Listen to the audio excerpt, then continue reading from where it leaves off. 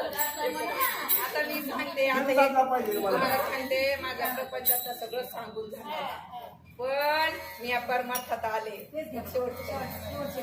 एका जनार्दनी समरस झाले, एका जनार्दनी समरस झाले, तो रस येते नाही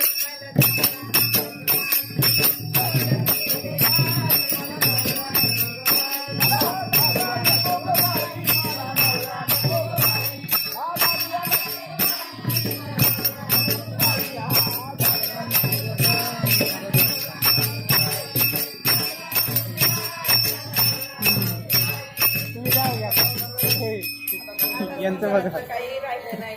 आणि मला आता ब्रह्मरस प्राप्त झालेला आहे. आणि तो आनंद आहे ना